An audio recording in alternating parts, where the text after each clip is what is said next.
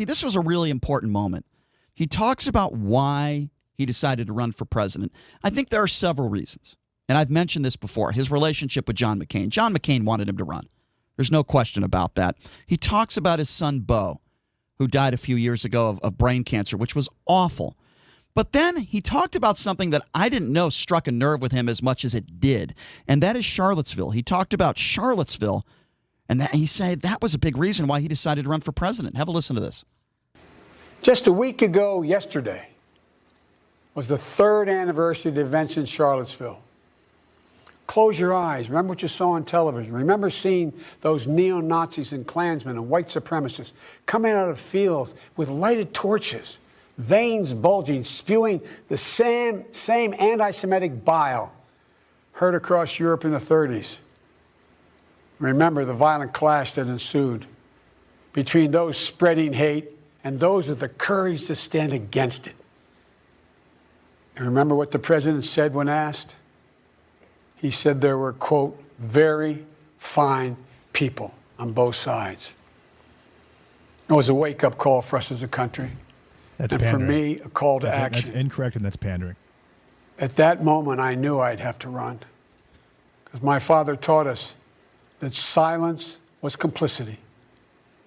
And I can never remain silent or complicit. Okay, so I just want to wait until the cut is over before we share our opinions on it. Sorry, Brian. So as somebody of Jewish descent, when I saw what took place in Charlottesville, Jews will not replace us, blood and soil, any reasonable, decent human being should have been very upset at those people and what took place in Charlottesville. Even if you want to defend the president of the United States and say, well, that's not what he meant when he said there were good people on both sides, that's not who he was referring to. Even if you want to try to defend the president, which I have a problem with, the first thing out of his mouth, the first thing should have been condemning those bastards. And it took him 48 hours to do so. And I have a problem with that. He did. No, he didn't. Yes, he did. No, he didn't. condemned the neo-Nazis and the white supremacists, Brian. It took him 48. He specifically condemned us. That's been taken out of context. Okay, so you didn't hear what I said, so I will repeat it again so you can listen. You're on your phone. You didn't hear what I said. You didn't hear what. Well, hold on a second. Before we go back to anything, listen to what I said. Brian, you do this all the time. You take something that you and the left-wing media does this all the time. You take something that Trump says completely out of context. You don't finish it, and you assume and you say that's exactly tell me what how I'm he is. saying. And you use that to call him a racist.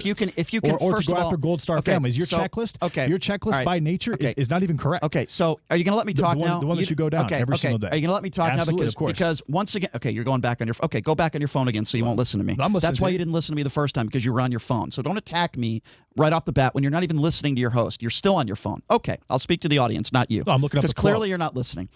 What I said, and I will repeat it again for you, because you obviously didn't hear me. I said it took him too long to condemn. It took him 48 hours. The first time he talked about it and he was asked about it, he did not condemn the Klansmen and the bad people that were there. He was talking about the monument situation. And when you say there are good people on both sides, yes, there are going to be some people that are going to be very upset at that statement. What you should say is, in that same breath, I condemn all the hatred, the people out there that were Klansmen and neo-Nazis. But when it comes to the monument issue, yes, I do think there were good people on both sides. And as I said before, and I'll say it again so you can hear me, at minimum, the people that are defending Trump should say he didn't clarify very well, he didn't choose his words very well, and he didn't immediately, just like when David Duke came out and did some interviews and said that the Klan was supporting Donald Trump, it took him too long to disavow the Klan. That is what I am saying here, and I think that is a very, very reasonable thing to say.